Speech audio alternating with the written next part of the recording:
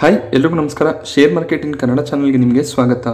April 28ರ market ಅಪ್ಡೇಟ್ನ ನೋಡೋದಾದರೆ ಸೆನ್ಸೆಕ್ಸ್ನಲ್ಲಿ ಇವತ್ತು ನಮಗೆ 700 ಪಾಯಿಂಟ್ಗಳ ಅಪ್ಸೈಡ್ ಕಾಣಿಸ್ತಿದೆ. ಹಾಗೆ ನಿಫ್ಟಿ ಕೂಡ ಅಷ್ಟೇ 206 ಪಾಯಿಂಟ್ಗಳ ಅಪ್ಸೈಡ್ನೊಂದಿಗೆ ಕ್ಲೋಸಿಂಗನ್ನು ಕೊಟ್ಟಿದೆ.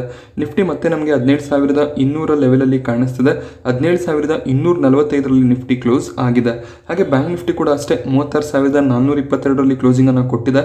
393 ಪಾಯಿಂಟ್ಗಳ ಅಪ್ಸೈಡ್ ಬ್ಯಾಂಕ್ ನಿಫ್ಟಿಯಲ್ಲಿ ಕಾಣಿಸ್ತಿದೆ. ನಿಫ್ಟಿ ನಮಗೆ 17,000ರಿಂದ 17,400 ರೇಂಜಲ್ಲೇ ಟ್ರೇಡ್ ಆಗ್ತಿದೆ. ರೇಂಜ್ ಬೌಂಡ್ ಆಗಿ ನಮಗೆ ಮಾರ್ಕೆಟ್ ಕಾಣಿಸ್ತಾ ಇದೆ. ಹಾಗೆ ನಾವು ಸೆನ್ಸೆಕ್ಸ್ನ 30 ಶೇರ್ಗಳನ್ನು ಗಮನಿಸಿದಾಗ ಭಾರತಿ ಏರ್ಟೆಲ್ ಇವತ್ತು ಟಾಪ್ ಲೂಸರ್ ಆಗಿತ್ತು. 1%ನಷ್ಟು ಕರೆಕ್ಷನ್ ಭಾರತಿ ಏರ್ಟೆಲಲ್ಲಿ ನೋಡೋದಕ್ಕೆ ಸಿಗ್ತಿದೆ. HDFC ಬ್ಯಾಂಕ್, HCL ಮತ್ತು M&M ಕೂಡ ರೆಡ್ಡಲ್ಲಿ ಕ್ಲೋಸಿಂಗನ್ನು ಕೊಟ್ಟಿದ್ದಾವೆ. ಟಾಪ್ ಗೇನರ್ ಇವತ್ತು ನಾವು ಗಮನಿಸಿದಾಗ HUL ನೋಡೋದಕ್ಕೆ ಸಿಗ್ತದೆ. HULನ Q4 ರಿಸಲ್ಟ್ ತುಂಬಾ ಚೆನ್ನಾಗಿ ಬಂದಿತ್ತು. ಸೊ ಆ ಒಂದು ಕಾರಣದಿಂದ ಪಾಸಿಟಿವ್ ಮೊಮೆಂಟಮ್ ಕಾಣಿಸ್ತಿದೆ.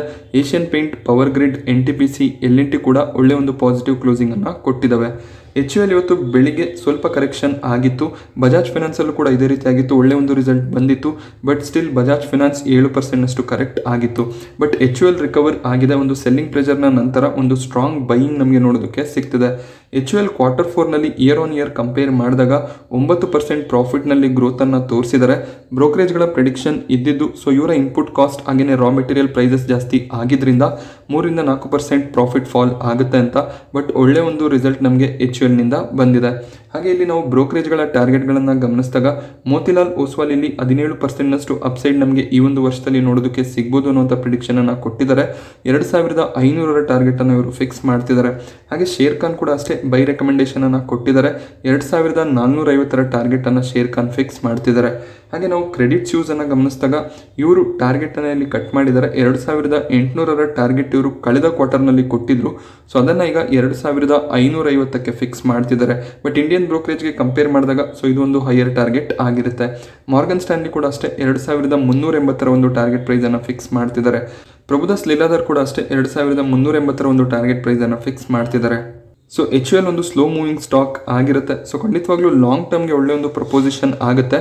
ಸೊ ಶಾರ್ಟ್ ಟರ್ಮಲ್ಲಿ ಅಷ್ಟೊಂದು ಮೊಮೆಂಟಮ್ ಕಾಣಿಸೋದಿಲ್ಲ. ಬಟ್ ಲಾಂಗ್ ಟರ್ಮ್ಗೆ ಖಂಡಿತವಾಗ್ಲೂ ಹೋಲ್ಡ್ ಮಾಡ್ಬೋದಾಗುತ್ತೆ. ಹಾಗೆ ಝೊಮ್ಯಾಟೋದಲ್ಲಿ ನಮಗೆ 2022ರ ವರ್ಷದಲ್ಲಿ ನೋಡಿದಾಗ 46%ನಷ್ಟು ಕರೆಕ್ಷನ್ ನೋಡೋದಕ್ಕೆ ಸಿಗ್ತಿದೆ. ಸೊ 137ರ ಹೈಯಲ್ಲಿ ಟ್ರೇಡ್ ಆಗ್ತಿತ್ತು 2022ರ ಬಿಗಿನಿಂಗ್ನಲ್ಲಿ.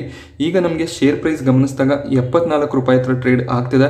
ಆಲ್ ಟೈಮ್ ಲೋ ಹತ್ರ ನಮಗೆ ಝೊಮ್ಯಾಟೋ ಟ್ರೇಡ್ ಆಗ್ತಿದೆ. ಇದಕ್ಕೆ ಮುಖ್ಯವಾದ ಕಾರಣಗಳನ್ನು ನಾವು ಗಮನಿಸಿದಾಗ ಮ್ಯೂಚುವಲ್ ಫಂಡ್ಗಳು, FIIಗಳು ಕಂಟಿನ್ಯೂಸ್ ಇಲ್ಲಿ ಸೆಲ್ಲಿಂಗನ್ನು ಮಾಡ್ತಿದ್ದಾರೆ. 2%ನಷ್ಟು ಸ್ಟೇಕನ್ನು FII ಮತ್ತು ಮ್ಯೂಚುವಲ್ ಫಂಡ್ ಇಲ್ಲಿ ಡೌನ್ ಮಾಡಿದ್ದಾರೆ. ಹಾಗೆ ರೆಸ್ಟೋರೆಂಟ್ ಪಾರ್ಟ್ನರ್ಗಳು ಸ್ವಿಗ್ಗಿ ಮತ್ತು ಝೊಮ್ಯಾಟೋದಲ್ಲಿ ಕಂಪ್ಲೇಂಟನ್ನು ರೈಸ್ ಮಾಡಿದರು. ಸೊ ಇಲ್ಲಿ ಇವರು ಬಿಸ್ನೆಸ್ಸನ್ನು ಕರೆಕ್ಟಾಗಿ ಮಾಡ್ತಿಲ್ಲ. ಒಂದು ಅನ್ಫೇರ್ ಬಿಸ್ನೆಸ್ ನಡೀತಿದೆ.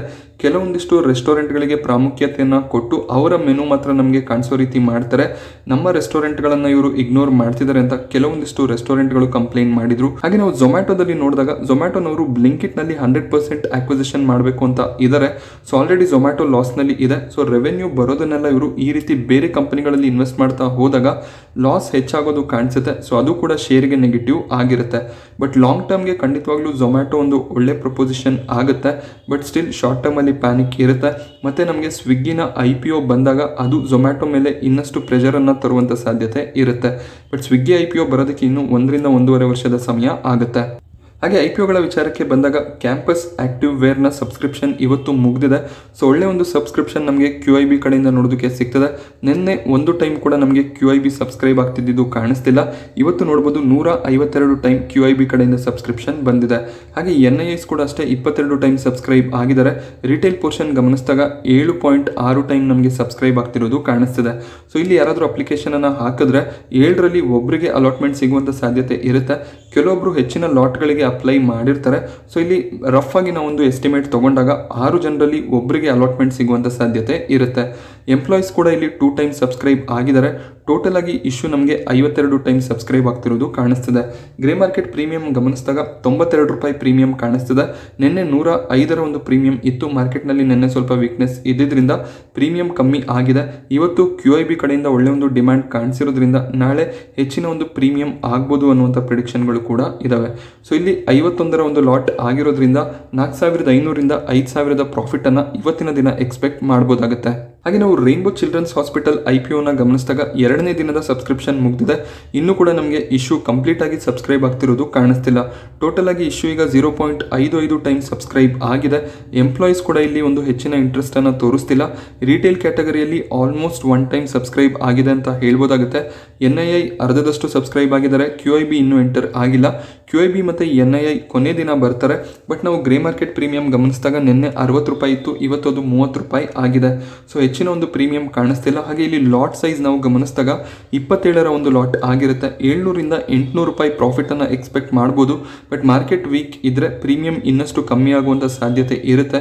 ಸೊ ತುಂಬ ಜನ ಇಲ್ಲಿ ಕ್ಯಾಂಪಸ್ ಆಕ್ಟಿವೇರಲ್ಲಿ ಸಬ್ಸ್ಕ್ರಿಪ್ಷನನ್ನು ಮಾಡ್ತಿದ್ದಾರೆ. ರೈನ್ಬೋನಲ್ಲಿ ನಮಗೆ ಸಬ್ಸ್ಕ್ರಿಪ್ಷನ್ ಕಾಣಿಸ್ತಾ ಇಲ್ಲ. ಬಟ್ ಇಲ್ಲಿ ರಿಸ್ಕ್ ಟೇಕಿಂಗ್ ಇನ್ವೆಸ್ಟರ್ಸ್ ಇದ್ರೆ ಖಂಡಿತವಾಗ್ಲೂ ಇನ್ವೆಸ್ಟ್ಮೆಂಟನ್ನು ಮಾಡ್ಬೋದಾಗುತ್ತೆ. ಲಾಂಗ್ ಟರ್ಮ್ಗೆ ಒಳ್ಳೆ ಒಂದು ಆಪರ್ಚುನಿಟಿ ಆಗುತ್ತೆ ಈ IPO. ಸೊ ನಾನಿಲ್ಲಿ ಅಪ್ಲಿಕೇಶನನ್ನು ಹಾಕ್ತಿಲ್ಲ, ಪ್ರೀಮಿಯಂ ಕಮ್ಮಿ ಇದೆ. ನಾನು ಯೂಶಲಿ IPOದಲ್ಲಿ ಅಪ್ಲೈ ಮಾಡೋದು ಲಿಸ್ಟಿಂಗ್ ಗೇನ್ಗೋಸ್ಕರ. ಹಾಗೆ ಇಂಡಿಯನ್ ಹೋಟೆಲ್ಸಲ್ಲಿ ಒಳ್ಳೆ ಒಂದು ಪಾಸಿಟಿವ್ ಮೊಮೆಂಟಮ್ ಇವತ್ತು ನಮಗೆ ನೋಡೋದಕ್ಕೆ ಸಿಗ್ತಿದೆ. ಕಂಪನಿಯ Q4 ರಿಸಲ್ಟ್ ನೋಡೋದಕ್ಕೆ ಸಿಗ್ತಿದೆ. ಇಯರ್ ಆನ್ ಇಯರ್ ನಮಗೆ ಪ್ರಾಫಿಟ್ನಲ್ಲಿ ಒಳ್ಳೆ ಒಂದು ಗ್ರೋತ್ ಕಾಣಿಸ್ತಿದೆ. ಇಲ್ಲಿ ಇಂಡಿಯನ್ ಹೋಟೆಲ್ಸ್ 71.57 ಕೋಟಿಯ ಪ್ರಾಫಿಟನ್ನು ಡಿಕ್ಲೇರ್ ಮಾಡಿದ್ದಾರೆ.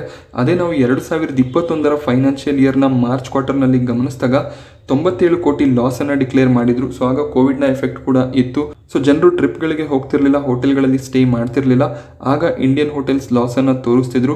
ಬಟ್ ಈಗ ನಮಗೆ ಇಂಡಿಯನ್ ಹೋಟೆಲ್ಸ್ನಲ್ಲಿ ಪ್ರಾಫಿಟ್ ಕಾಣಿಸ್ತಿದೆ. ಸೊ ಇಲ್ಲಿ ನೀವು ITCಯನ್ನು ಕೂಡ ಇಮ್ಯಾಜಿನ್ ಮಾಡ್ಕೋಬೋದಾಗುತ್ತೆ. ITC ಕಳೆದ ಕ್ವಾರ್ಟರ್ಗಳಲ್ಲಿ ಹೋಟೆಲ್ನಲ್ಲಿ ಅಷ್ಟೊಂದು ಗ್ರೋತನ್ನು ತೋರಿಸ್ತಿರ್ಲಿಲ್ಲ. ಬಟ್ ಈ ಒಂದು ಕ್ವಾರ್ಟರ್ನಲ್ಲಿ ITC ಹೋಟೆಲ್ ಬಿಸ್ನೆಸ್ ಕೂಡ ರಿಕವರ್ ಆಗುತ್ತೆ. ಸೊ ಆ ಒಂದು ಕಾರಣದಿಂದ ITCಯ ಪ್ರಾಫಿಟ್ ಕೂಡ ಹೆಚ್ಚಾಗಿ ಗ್ರೋ ಆಗುವಂಥ ಸಾಧ್ಯತೆ ಇರುತ್ತೆ. ಸೊ ಇಂಡಿಯನ್ ಹೋಟೆಲ್ಸ್ ನಮಗೆ 5% ಅಪ್ಸೈಡ್ನಲ್ಲಿ ಕ್ಲೋಸಿಂಗನ್ನು ಕೊಟ್ಟಿದೆ. ಸೊ ಕೆಲ ದಿನಗಳ ಹಿಂದೆ ನಾನೊಂದು ನ್ಯೂಸನ್ನು ಕವರ್ ಮಾಡಿದ್ದೆ. ರಾಕೇಶ್ ಜುಂಜುನ್ವಾಲಾ ಅವರು ಟಾಟಾ ಮೋಟರ್ಸಲ್ಲಿ ತಮ್ಮ ಒಂದು ಹೋಲ್ಡಿಂಗನ್ನು ಕಮ್ಮಿ ಮಾಡ್ಕೊಂಡಿದ್ದಾರೆ, ಇಂಡಿಯನ್ ಹೋಟೆಲ್ಸಲ್ಲಿ ಹೋಲ್ಡಿಂಗನ್ನು ಹೆಚ್ಚು ಮಾಡಿದ್ದಾರೆ ಅಂತ. ಸೊ ಇಂಡಿಯನ್ ಹೋಟೆಲ್ಸಲ್ಲಿ ಒಳ್ಳೆ ಒಂದು ಮೊಮೆಂಟಮ್ ಬಂದಾಗ ಇಲ್ಲಿ ಅವರು ಸ್ಟೇಕನ್ನು ಮತ್ತೆ ಕಮ್ಮಿ ಮಾಡ್ತಾರೆ. ಮತ್ತೆ ಟಾಟಾ ಮೋಟರ್ಸ್ನ ರಿಸಲ್ಟ್ ಚೆನ್ನಾಗಿ ಬರುತ್ತೆ ಅಂತ ಅನಿಸಿದ್ರೆ ಅಲ್ಲಿ ಅವರು ಇನ್ವೆಸ್ಟ್ಮೆಂಟನ್ನು ಮಾಡ್ತಾರೆ, ಅಥವಾ ಬೇರೆ ಒಂದು ಸ್ಟಾಕಲ್ಲಿ ಇನ್ವೆಸ್ಟ್ ಮಾಡೋದಕ್ಕೆ ಸ್ಟಾರ್ಟ್ ಮಾಡ್ಕೋತಾರೆ. ಸೊ ಈ ರೀತಿ ದೊಡ್ಡ ದೊಡ್ಡ ಇನ್ವೆಸ್ಟರ್ಸ್ಗಳು ಅವರಿಗೆ ಆಲ್ರೆಡಿ ಇನ್ಸೈಡರ್ ನ್ಯೂಸ್ಗಳು ಕೂಡ ಸಿಗುತ್ತೆ. ಆ ಒಂದು ಬೇಸಿಸ್ ಮೇಲೆ ಅವರು ಇನ್ವೆಸ್ಟ್ಮೆಂಟನ್ನು ಪ್ಲಾನ್ ಮಾಡ್ತಿರ್ತಾರೆ. ಹಾಗೆ ವೇದಾಂತದ ಪ್ರಾಫಿಟ್ ನಾವು ಗಮನಿಸಿದಾಗ ಇಯರ್ ಆನ್ ಇಯರ್ ನಮಗೆ 10% ಪ್ರಾಫಿಟ್ನಲ್ಲಿ ಡೌನ್ ಸೈಡ್ ಕಾಣಿಸ್ತಿದೆ. ಈ ಒಂದು ಕ್ವಾರ್ಟರ್ನಲ್ಲಿ ವೇದಾಂತ 5800 ಕೋಟಿ ಪ್ರಾಫಿಟನ್ನು ಡಿಕ್ಲೇರ್ ಮಾಡಿದ್ದಾರೆ. ಅದೇ ನಾವು ಹೋದ ವರ್ಷ ಗಮನಿಸಿದ್ರೆ, ಅಂದರೆ ಮಾರ್ಚ್ 2021ರ ಕ್ವಾರ್ಟರ್ನಲ್ಲಿ ಗಮನಿಸಿದ್ರೆ 6432 ಕೋಟಿ ಪ್ರಾಫಿಟನ್ನು ಇವರು ಡಿಕ್ಲೇರ್ ಮಾಡಿದ್ದಾರೆ. ಸೊ ಇಲ್ಲಿ ನಮಗೆ ಇಯರ್ ಆನ್ ಇಯರ್ ಪ್ರಾಫಿಟ್ನಲ್ಲಿ 10% ಡೌನ್ ಸೈಡ್ ಕಾಣಿಸ್ತಿದೆ. ಬಟ್ ಕಂಪನಿಯಲ್ಲಿ 31 ರೂಪಾಯಿ 50 ಪೈಸೆ ಡಿವಿಡೆಂಡನ್ನು ಡಿಕ್ಲೇರ್ ಮಾಡಿದ್ದಾರೆ. ವೇದಾಂತ ಕ್ವಾರ್ಟರ್ ಆನ್ ಕ್ವಾರ್ಟರ್ ಡಿವಿಡೆಂಡನ್ನು ಡಿಕ್ಲೇರ್ ಮಾಡ್ತಿರ್ತಾರೆ. ಸೊ ಪ್ರತಿ ಕ್ವಾರ್ಟರ್ಗೆ ಡಿವಿಡೆಂಡ್ ನಮಗೆ ಹೆಚ್ಚಾಗೋದು ಕಾಣಿಸುತ್ತೆ. ಸೊ ಇಲ್ಲಿ ಇವರ ಟೋಟಲ್ ಡಿವಿಡೆಂಡ್ ಅಮೌಂಟ್ ಏನಿದೆ 11710 ಕೋಟಿ ನಮಗೆ ನೋಡೋದಕ್ಕೆ ಸಿಗುತ್ತೆ. ಸೊ ಇಲ್ಲಿ ಪ್ರಾಫಿಟನ್ನು ನೀವು ಗಮನಿಸ್ಬೋದು, 5800 ಕೋಟಿಯ ಪ್ರಾಫಿಟ್ ಇದೆ. ಬಟ್ ಡಿವಿಡೆಂಡ್ ಅಮೌಂಟ್ ಏನು ಇವರು ಡಿಸ್ಟ್ರಿಬ್ಯೂಟ್ ಮಾಡ್ತಿದ್ದಾರೆ ಅದು ನಮಗೆ ಡಬಲ್ ಕಾಣಿಸ್ತಿದೆ. ಸೊ ಇಲ್ಲಿ ರೆಕಾರ್ಡ್ ಡೇಟ್ ಫಿಕ್ಸ್ ಆಗ್ತಿರೋದು ಕಾಣಿಸ್ತಿಲ್ಲ. ಮುಂಬರುವ ದಿನಗಳಲ್ಲಿ ರೆಕಾರ್ಡ್ ಡೇಟನ್ನು ಕೂಡ ಇವರು ಡಿಸೈಡ್ ಮಾಡ್ತಾರೆ. ಶೇರ್ ಪ್ರೈಸ್ ನಾವು ಇವತ್ತು ಗಮನಿಸಿದಾಗ ಒಂದು ಫ್ಲಾಟ್ ಕ್ಲೋಸಿಂಗ್ ನೋಡೋದಕ್ಕೆ ಸಿಕ್ಕಿದೆ. ಹಾಗೆ ಪ್ರಾಫಿಟ್ ಕೂಡ ಫಾಲ್ ಆಗಿದೆ. ಬಟ್ ಡಿವಿಡೆಂಡ್ ಅನೌನ್ಸ್ ಮಾಡಿರೋದ್ರಿಂದ ಬೈಯಿಂಗ್ ಬರುವಂಥ ಸಾಧ್ಯತೆ ಇರುತ್ತೆ. ಬಟ್ ಯೂಶಲಿ ಡಿವಿಡೆಂಡ್ ನಿಮಗೆ ಎಕ್ಸ್ ಡೇಟ್ ಆದಾಗ ಪ್ರೈಸ್ ಕೂಡ ಅಡ್ಜಸ್ಟ್ ಆಗೋದು ಕಾಣಿಸುತ್ತೆ. ಬಟ್ ಡಿವಿಡೆಂಡ್ ಇನ್ವೆಸ್ಟ್ಮೆಂಟ್ಗೆ ವೇದಾಂತ ಒಳ್ಳೆ ಒಂದು ಸ್ಟಾಕ್ ಆಗಿರುತ್ತೆ. ಸೊ ಒಳ್ಳೆ ಒಂದು ಡಿವಿಡೆಂಡನ್ನು ಎವ್ರಿ ಕ್ವಾರ್ಟರ್ ಇವರು ಡಿಕ್ಲೇರ್ ಮಾಡ್ತಾರೆ. ಹಾಗೆ ವರುಣ್ ಬೆವರೇಜಸ್ ಬೋನಸನ್ನು ಡಿಕ್ಲೇರ್ ಮಾಡಿದ್ದಾರೆ. ನಿಮ್ಮ ಬಳಿ ವರುಣ್ ಬೆವರೇಜಸ್ನ 2 ಶೇರ್ಗಳು ಇದ್ದರೆ 1 ಶೇರ್ ಬೋನಸ್ ಆಗಿ ಸಿಗುತ್ತೆ. ಸೊ ಇದಕ್ಕೆ ಕಂಪನಿ ಇನ್ನೂ ರೆಕಾರ್ಡ್ ಡೇಟನ್ನು ಫಿಕ್ಸ್ ಮಾಡಿಲ್ಲ. ಇವರ AGM ಏನಿದೆ ಜೂನ್ 27ಕ್ಕೆ ಇರುತ್ತೆ. AGM ಆದಮೇಲೆ 2 ತಿಂಗಳ ಒಳಗಾಗಿ ಬೋನಸನ್ನು ಇಶ್ಯೂ ಮಾಡ್ತೀವಿ ಅಂತ ಹೇಳಿದರೆ AGMನಲ್ಲಿ ಶೇರ್ ಹೋಲ್ಡರ್ಗಳ ಅಪ್ರೂವಲ್ ಸಿಕ್ಕಿದ ಮೇಲೆ ರೆಕಾರ್ಡ್ ಡೇಟ್ ಕೂಡ ಫಿಕ್ಸ್ ಆಗುತ್ತೆ. ಹಾಗೆ ನಾವು ಶೇರ್ ಪ್ರೈಸನ್ನು ಇವತ್ತು ಗಮನಿಸಿದಾಗ 1064ರಲ್ಲಿ ವರುಣ್ ಬೆವರೇಜಸ್ ಕ್ಲೋಸ್ ಆಗ್ತಿರೋದು ಕಾಣಿಸ್ತಿದೆ. ಒಳ್ಳೆ ಒಂದು ಮೊಮೆಂಟಮ್ ಇತ್ತು ಬೋನಸ್ನ ನ್ಯೂಸ್ನಿಂದ. ಹಾಗೆ ಒಳ್ಳೆ ಕ್ವಾರ್ಟರ್ಲಿ ರಿಸಲ್ಟನ್ನು ಕೂಡ ಡಿಕ್ಲೇರ್ ಮಾಡಿದ್ದಾರೆ. 2.66% ಅಪ್ಸೈಡ್ನೊಂದಿಗೆ ವರುಣ್ ಬೆವರೇಜಸ್ ಕ್ಲೋಸ್ ಆಗ್ತಿರೋದು ಕಾಣಿಸ್ತಿದೆ. ಹಾಗೆ SBI ಲೈಫ್ನ Q4 ರಿಸಲ್ಟ್ ಕೂಡ ನೋಡೋದಕ್ಕೆ ಸಿಗ್ತದೆ. ಪ್ರಾಫಿಟ್ನಲ್ಲಿ ನಮಗೆ ಇಯರ್ ಆನ್ ಇಯರ್ 26% ಗ್ರೋತ್ ಕಾಣಿಸ್ತಿದೆ. SBI ಲೈಫ್ ಈ ಕ್ವಾರ್ಟರ್ನಲ್ಲಿ 672 ಕೋಟಿಯ ಪ್ರಾಫಿಟನ್ನು ಡಿಕ್ಲೇರ್ ಮಾಡಿದ್ದಾರೆ. ಅದೇ ಮಾರ್ಚ್ 2021ರ ಮಾರ್ಚ್ ಕ್ವಾರ್ಟರ್ನಲ್ಲಿ ಗಮನಿಸಿದಾಗ 532 ಕೋಟಿಯ ಪ್ರಾಫಿಟನ್ನು ಡಿಕ್ಲೇರ್ ಮಾಡಿದ್ರು. ಸೊ ಒಳ್ಳೆ ಒಂದು ಪ್ರಾಫಿಟ್ ಗ್ರೋತ್ ನಮಗೆ SBI ಲೈಫಲ್ಲಿ ನೋಡೋದಕ್ಕೆ ಸಿಗ್ತದೆ. ಹಾಗೆ ಕ್ವಾರ್ಟರ್ ಆನ್ ಕ್ವಾರ್ಟರ್ ಕೂಡ ನಾವು ಕಂಪೇರ್ ಮಾಡ್ಬೋದು. ಡಿಸೆಂಬರ್ ಕ್ವಾರ್ಟರ್ನಲ್ಲಿ ಇವರ ಪ್ರಾಫಿಟ್ 364 ಕೋಟಿ ಇತ್ತು.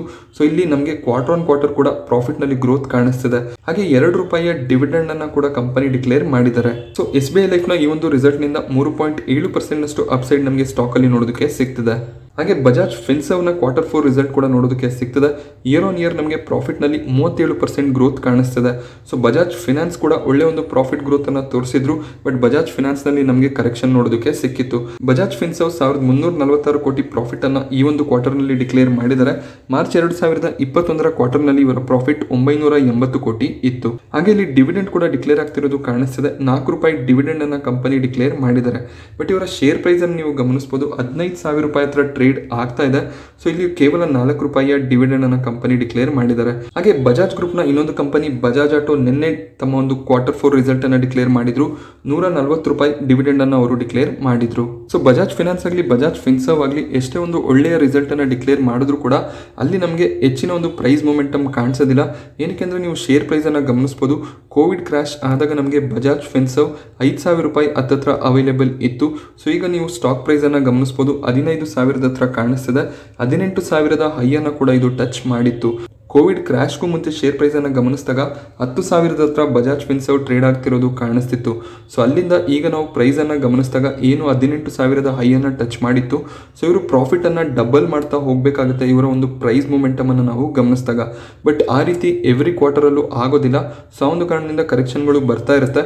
ಬಟ್ ಲಾಂಗ್ ಟರ್ಮ್ಗೆ ಬಜಾಜ್ ಫೈನಾನ್ಸ್ ಬಜಾಜ್ ಫಿನ್ಸರ್ವ್ ಒಳ್ಳೆ ಕಂಪನೀಸ್ ಆಗಿರುತ್ತೆ. ಸೊ ನಾನಿವತ್ತು ನಿಮಗೆ ಶೇರ್ ಮಾರ್ಕೆಟ್ನ ಬಗ್ಗೆ ಕೊಟ್ಟಂಥ ಇನ್ಫಾರ್ಮೇಷನ್ ಇಷ್ಟ ಆಗಿದ್ರೆ ವಿಡಿಯೋನ ಲೈಕ್ ಮಾಡಿ. ಹಾಗೆ ಇದೇ ರೀತಿಯ ಮಾರ್ಕೆಟ್ ಅಪ್ಡೇಟ್ಸ್ಗಳಿಗೋಸ್ಕರ ಚಾನಲ್ನ ಸಬ್ಸ್ಕ್ರೈಬ್ ಮಾಡೋದು ಮರಿಬೇಡಿ. Thank you friends.